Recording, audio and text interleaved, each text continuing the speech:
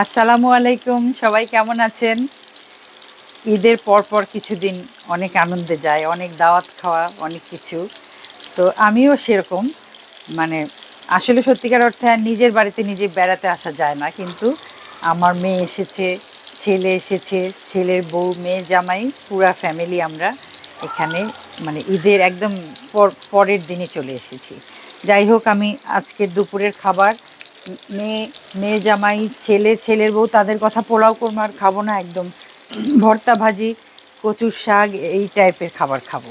তো এখানে আমি কচুর শাক কেটে গোছ করে একদম ভাপে বসিয়েছি। আর এখানে মাছ ভাজা হচ্ছে।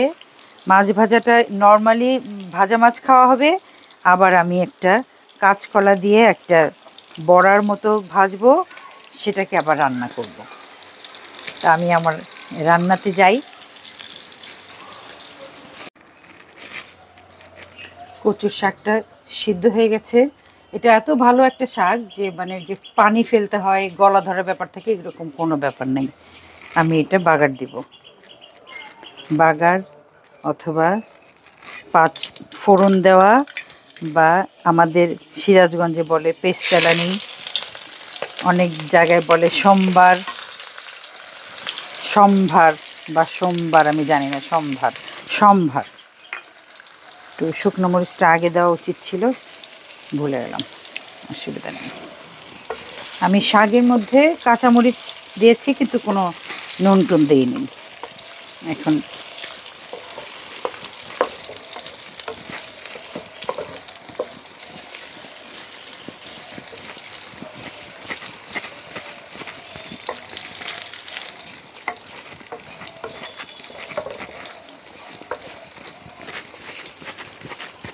একটু ভাজা হোক, আমি আসছি।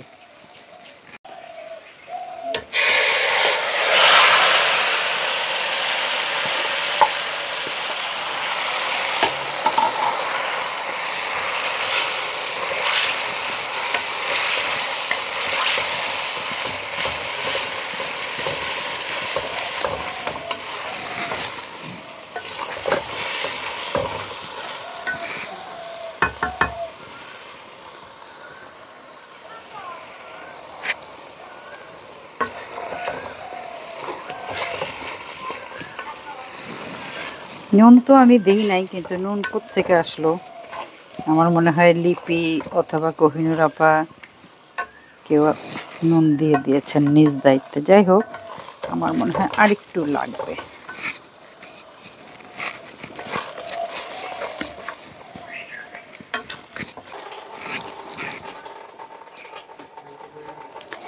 শাকটা প্রায় হয়ে আসছে, একটুখানি কথা বলি। আমাদের সবসময় মনে রাখতে হবে, সারা পৃথিবী কিন্তু চলে নেগেটিভ এবং পজিটিভের একটা মিলনে।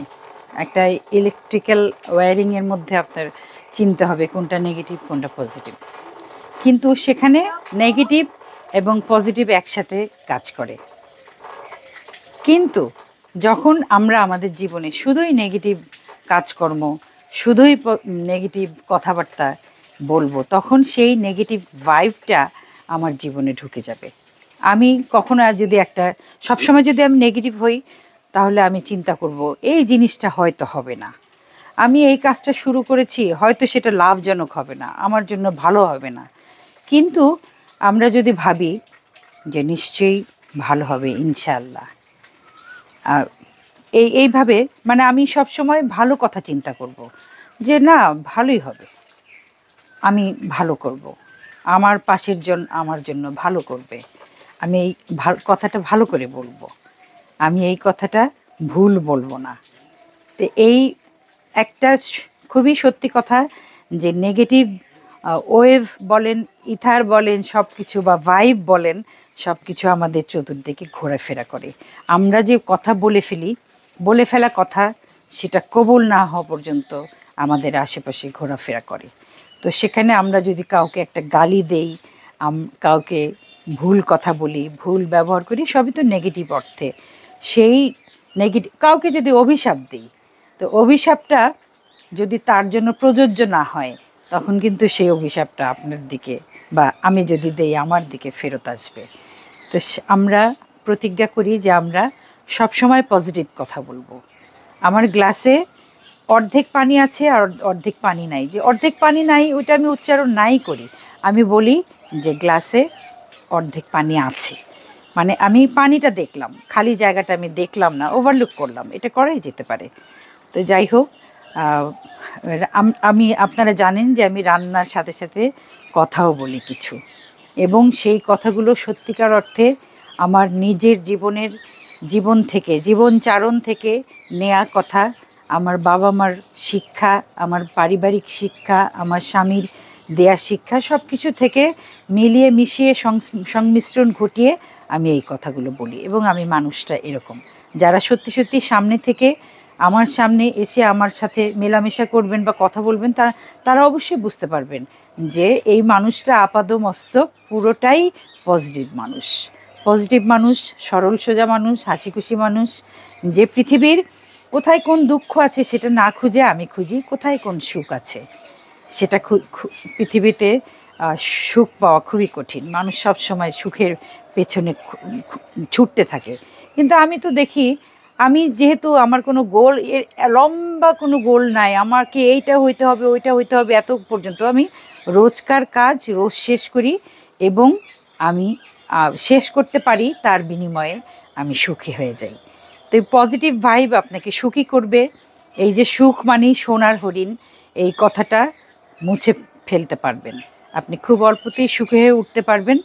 শুধু আপনি নিজে পজিটিভ ভাইবটা রাখবেন, হ্যাঁ বাচকতা, হ্যাঁ বাচক কথাবার্তা বলবেন, হ্যাঁ বাচক ব্যবহার করবেন, আপনার জীবনে হ্যাঁ বাচক ব্যাপারটা একদম নিজে থেকেই আসবে, টুপ করে এসে চুপ করে বসে যাবে এবং আপনি সুখী, দিন শেষে আপনি সুখী হয়ে যাবেন, রাত্রে খুব সুন্দর ঘুম হবে। যাই হোক, আমার কচুর ঘাটি মজাদার শ্রেষ্ঠ একটা খাবার, শ্রেষ্ঠতম খাবারের অন্যতম একটা, কি বলবো, আমি সেটা নামিয়ে ফেলছি।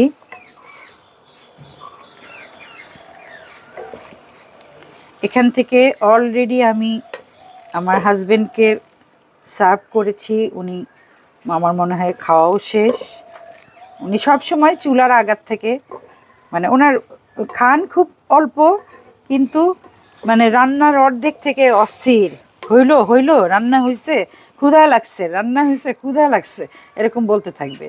তারপরে মানে আমি দিব, কিন্তু উনি আর এরকম একটা মানুষ, উনি ভিডিওতে আসবেন না। তো অনেক সাদাসাদি করা হয়েছে, আর সাদাসাদি করি না, তার জন্য মন খারাপ করি না। একটা মানুষের এক একজনের এক এক রকম পার্সোনালিটি। যাই হোক, হয়ে গেল কচুর শাকের ভাজি অথবা ঘাটি। এটা সম্ভবত মানে রেগুলার শাক। আর একটা শাক আছে কচুর, যেটা হলো মৌলবী কচু বলে, ওটা অসাধারণ, ওটা আরও মজাদার। তো আপনারা সবাই ভালো থাকবেন, আল্লাহ আপনাদের সবাইকে ভালো রাখুক। ঈদ পরবর্তী আনন্দ, দাওয়াত, সালামত সব কিছু ঠিকঠাক মতো হোক। আমার জন্য দোয়া করবেন, আমার পরিবারের জন্য দোয়া করবেন। সবাইকে আবার ঈদ পরবর্তী ঈদ মোবারক। আসসালামু আলাইকুম।